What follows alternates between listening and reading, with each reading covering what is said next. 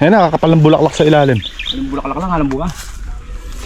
Siyempre, doon muna mamumulaklak muna. Ikaw naman. Bunga na.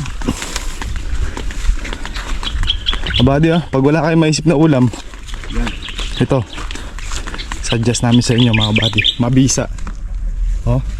Daing ni Kaka. Ay, I-stroll pa namin tayo. best. I-stroll tayo mga kabady. Good morning sa ating lahat. Dito ko sa isang cottage. Talsik tayo doon sa Ablang Cottage. Dito tayo.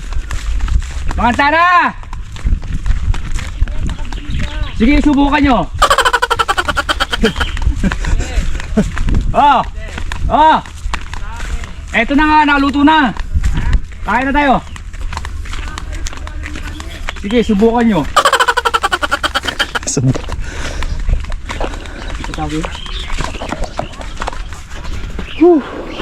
Malalaki nga sa taas oh. Ay, yun eh.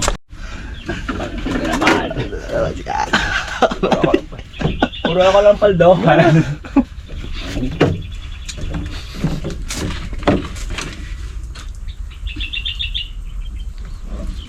Mangan mga buddy. Ang maning ulam. Yan. Ito ang pamatay mga buddy. Payapa kainin eh. Alam masigla. Luto. Ang masigla ay ang makapangan. Nandiyan charon. Ano nga tatapon dito ah.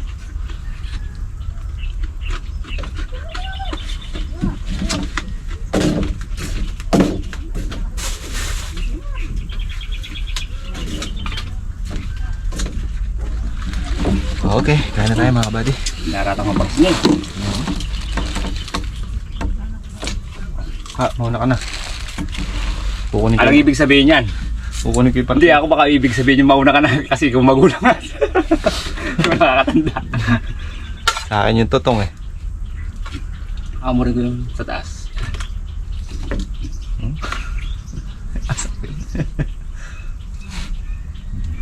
Napita sila dito mga buddy at hinahagdan nila, kinukuha nila yung mga bunga sa taas. Sa ilalim kasi halos wala na. Kaya meron maliliit. Pag uwi nila meron ba sila? Wala na talaga oh, palaki ba? Wala na.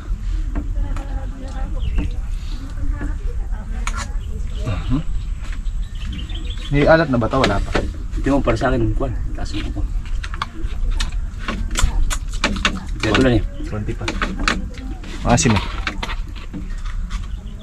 Oops. Ay, mabra. Yung maganda sa kamatis mga buddy, pakukuluan nyo lang siya na walang sabaw. Hindi nyo tutubigan. Kaya nagkasabaw ah. Tapos pag pinahuluan nyo, ganito ang kalalabasan. Sangkapan nyo ng paminta. Wala mo, supya naman. Tiplado eh. Alagatin sa ito pala. Gusto gawin ni Andre, ay ni Juan, yung patis kamatis. Pag natikman talaga. Oo ba? Ngayon, gagawa tayo ng pagka umali na sa tabing bahay.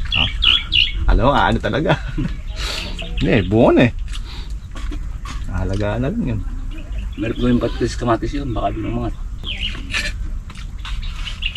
Ito yung sili pagkahilaw ng kanyang kalusong. Lugot-lugot. Si RJ mga buddy, umuwi muna.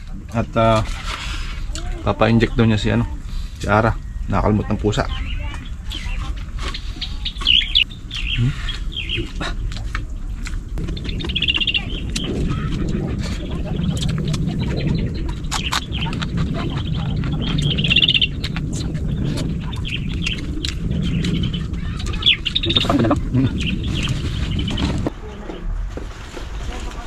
Kasuya, pura botwa. Nakalong span, putol-putol. Kumulang mukha. Wala na sa apo kasi apong kari. Oh. Nakakawan pa yun na Yolanda. Walang po, alam mo Yolanda. Yolanda type eh. Kaso yung kanon, talahib lang. Kado malamig. Bubok.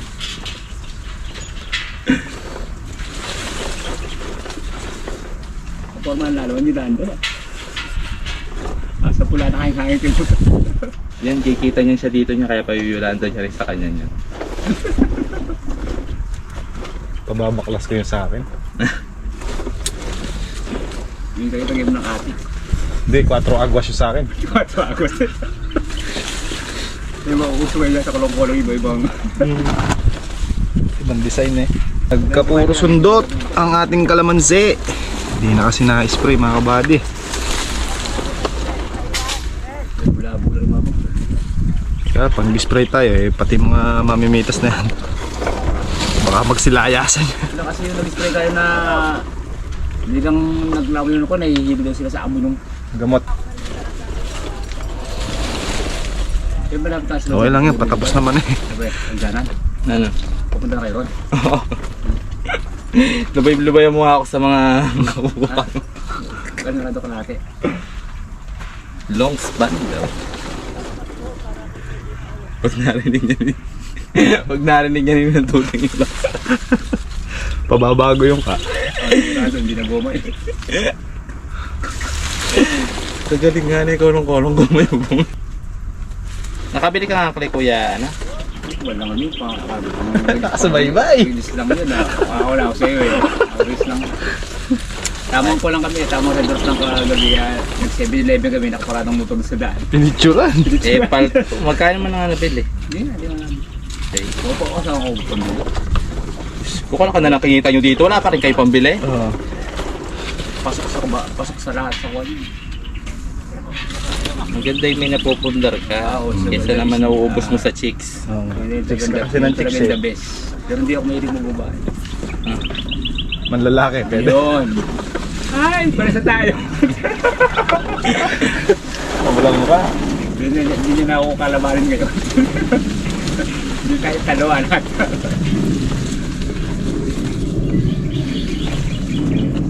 Pero din ba't ka pampangan kaya taga Santa Isabel ka? San Vicente yan. Vicente ko lubakit. Ay, San Vicente ka ba? Saan San Vicente? Plano eh, kilala ko lang.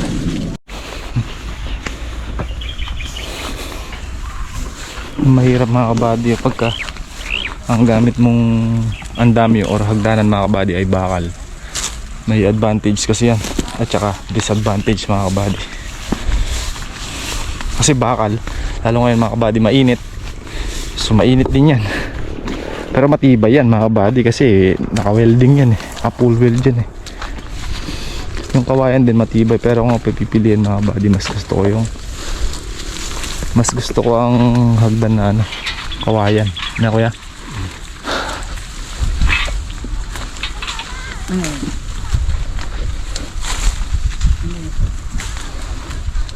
Ayun gamit nilang hagdan. Kawayan. Ay kawayan. Bakal.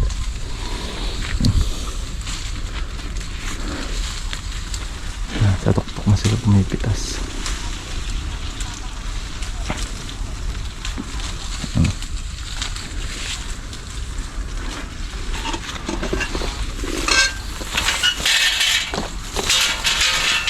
Para makuha yung mga bunga sa taas na iiwan. So halos clean up na mga kabady yung ilalim natin. Meron pa ilan-ilan na lang na maliliit gaya nito. Ay kailan-ilan piraso pang bunga. Isang kayod pa ay ubos na ang bunga niya. Nakaka na tayo dito, maybe 300 bags na mga kabady dito sa area ng tabing kubo. Ito kasi mga kabady ay hindi parehas ang bunga. Lahat ito malakas, yung malapit sa kubo natin yun ang medyo mahina ang bunga, pero lahat mga kabady ay malalakas ang bunga ng kada puno. Ang mahina lang talaga siguro meron mga 50 hanggang 70 puno yung sa gawing tabing kubo. Medyo mahina ang bunga. Sa extension naman natin, ang malakas ang bunga mga kabady mula boulevards kalahati papunta sa baba, yun malakas na malakas ang bunga nun mga kabady, hitik na hitik. Pero yung kalahati papunta dito sa may taas, dito papunta dito mga kabady sa taas, yung kabila yung extension, yun medyo may dalang. Siguro mga nasa 40 to 50% lang yun. Pero yung baba natin mga kabady, yung kalahati, yun mga kabady nasa 100 to 120% ang bunga no? So magdadala-dalahan na lang yan. Ito papakita ko sa inyo mga kabady. Ito yung taas. Ayan yung end mga kabady. Doon yung end ng ating extension. So ang kalagitnaan yan ay tapat ng kubo natin. Ayun yung kubo natin mga kabady. Yan. So yan, diretso hanggang doon sa dulo. Itong area na to. Itong area na to nasa 600 puno yan. More or less 600 kasi 1,200 yan.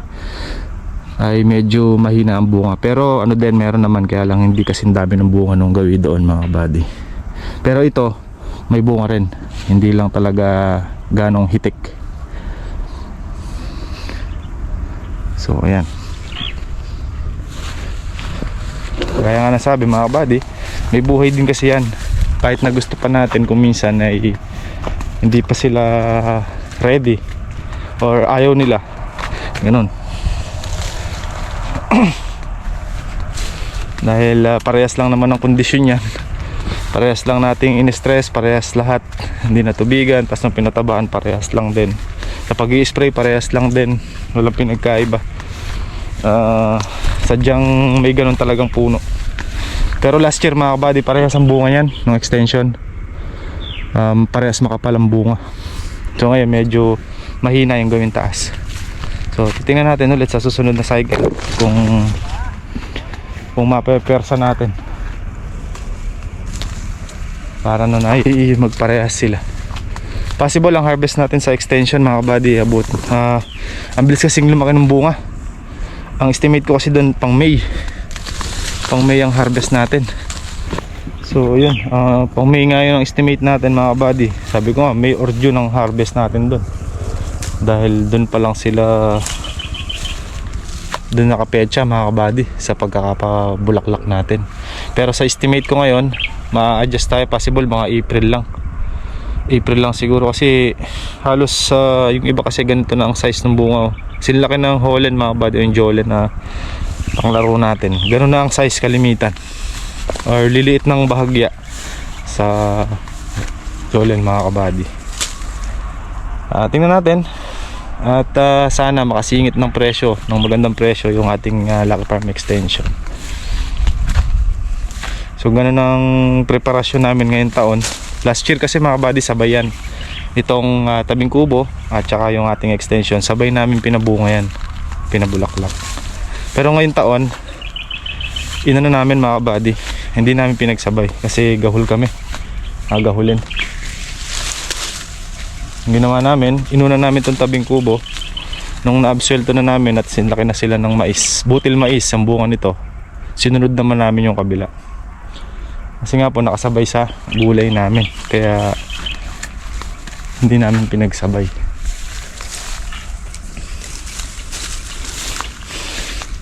Ito mga buddy, umiikot lang tayo dito at tinitingnan natin yung mga naiwan pang bunga. Ito meron pa, pulutin mga kabady.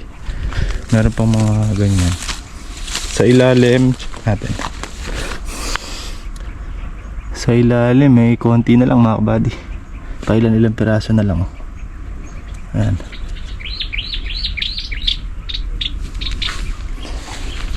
ilang piraso na lang ang bunga. So ito mga kabady, hindi na namin pinatutubigan. Magdadalawang linggo na itong hindi natutubigan. So matotal ay nasa 14 to 15 days na itong walang tubig. So gagawin natin dito at least 20 to 25 days tayong hindi magpapatubig para makasabay itong mga huling napitasan, para nun ay makapag-apply na tayo ng pataba at makapagpatubig.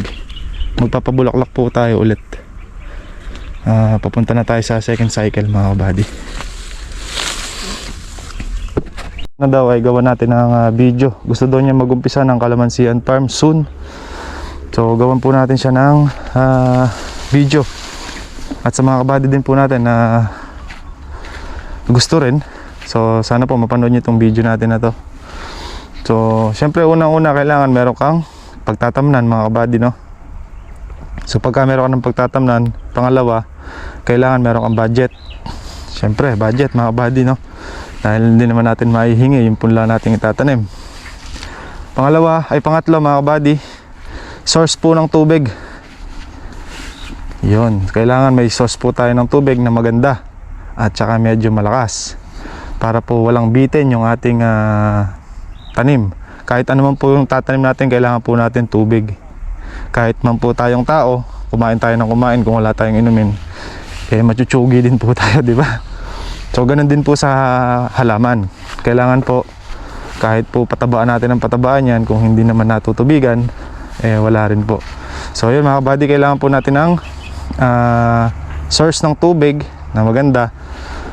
Deep well man yan or mapa open water, basta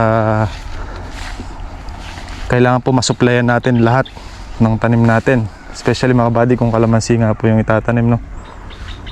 Tapos magkano daw yung gastos na posibleng maging puhunan sa pag-uumpisa. So ang nasa sa inyo po yan, meron po kasing small, may medium at may XL mga kabady. Kung XL po ang bibili nyo, nasa around 120 or 130 po ang isa nyan. So i-times nyo na lang po kung magkano, kung ilang puno ang kakasya doon sa pagtatamnan nyo. Kung halimbawa po ang magiging distancing nyo ay 3 meters by 3.5 meters, so i-divide nyo na lang po doon mga kabady. Tapos meron namang medium, nasa around 50 to 55 pesos ang presyuhan. So ganun din po, i-times nyo na lang po mga kabady kung ilang puno po yung inyong maitatanim. Pagtapos meron ding one stick na tinatawag mga kabady. Itong sa akin nagmula ito sa one stick. Ang bili ko dati nung naitanim ito, nasa magkano ba ang bili namin dito? 37 ata ang isang piraso, 37 or 38 pesos ang isa. So ngayon lagay na lang natin mga kabady ng 40 pesos to 45 pesos ang isa. So compute nyo lang din po kung 1,000, kung 1,000 ang itatanim nyo sa 40 pesos, 40 mil na po yun. Tapos bibili pa po kayo ng mga gamit gaya ng grass cutter, spray, power spray, mga drum, depende po sa lugar kung magkano ang presyuhan yan. So yung mga ganun, makina, bibili kayong mga kung ano-ano pa mga kabady na gamit para sa farm. So yun, tapos land preparation mga kabady, siyempre magbabayad kayo ng land preparation, papa-tractor nyo yan, papamakina nyo. Pagkatapos papalinyahan nyo pa yan, maglalagay pa kayo ng linya kung saan tatanim dun yung mga kalamansi, lilinyahan. Pagkatapos kung wala kayong kakayahang magtanim, pwede po kayo mag-consult sa medyo nakakaintindi sa pagtatanim ng kalamansi para po ma-guide kayo. Ganun po. Tapos kung wala magtatanim, pwede po kukuha kayo ng mga tao, uupahan nyo po sila. Ang labanan po, depende na sa usapan nyo kung magkano ang magiging saradong usapan. Kung halimbawa, ang tanim, 10 piso ang isa, ang bayad sa tao. For example lang yan mga kabady. Halimbawa, 1,000 puno. Tapos ang 1 puno sa upa ng tanim, sama na yung hukay, tsaka yung mga kabady, 10 piso or 7 pesos. Mga ganun ba? So kayo mga kabady, kayo na po yung bahala doon. Kayo na po bahala mag-uusap doon sa tao na kukunin nyo. Or pwede rin naman kung kayo-kayo na lang para medyo makamenos. O yun mga kabady, tapos papamakina nyo ulit, papalagyan nyo ng daan tubig or papakalabaw nyo para po mabilis kayong magpatubig. Papalagyan nyo po ng daan ng tubig para po yung tubig nyo sa linya lang po mismo muna ng kalamansi dadaloy, kasi para hindi matubigan muna yung pagitan. Tas best timing ng pagtatanim para sa akin mga kabady, magtanim kayo tag-araw para pagdating ng tag-ulan ay recover na yung ating recover na yung ating kalamansi, may laban na papunta ng tag-ulan. Okay, dumating na yung deliver natin mga kabady, 38,480 pataba, tsaka 4 na box na gamot. Para dito lang yung sa tabing kubo, wala pa yung isang gamot, wala pa tayong gasolina. Ay, wala pa ang pampalaki ng bunga yun mga kabady. Ano lang to, pampabulaklak lang. Ito mga kabady, sa klaseng ng hagdan. Ayan, kawayan. Gusto mo kakawayan o bakal? Kaya siguro. Pagka kasi bakal, tis mo yung init na yan, namahawa akong bakal na yun. Pagka nilipat mo ka rin yun, alam mo pa muna ng patolder. Ayan, maganda mga kabady, kawayan. Ito. Nakapako, tas naka-anilyo ng alambre. Pero yung iba ginagamit X-screw. Dalawa. Ay, tanong mo ako eh. Bakit? Pagka natanggal yung labi, hindi ka dari-diretso. Tagal pagkapa ako. Oo. Pero ito matibay din to. Mamanahon. Lalo bayog. Tibay din niya, yung bakal naman pagka malambot ng lupa, lumulubog. Yan. Punutin. Tsaka init na hindi mahawakan yung... Umiinit. Sa pagka bagong patubig yung pipitasan nyo. Kadalasan doon, yung ano mo, naiipit. Pagbalik ng paa. Oo. Ay, mas maganda kawayan. Pagka malambot, tapos bumuo ng ganyang kalalim. Pag nagkakamulot na gano'n. Diba? Kasi pagka natutuyo, gumagaan. Magaan na yun. Magaan na tuyo na eh. Makunat kasi ang kawayan eh. Lalo kung bayog. Saan sasakay? Sa long span. Ito, bakit ikabigat pala nito? Pwede naman yan ni John Deere. Ay. Aha. Bakal. Ayan yan, mga bad. Kabilan.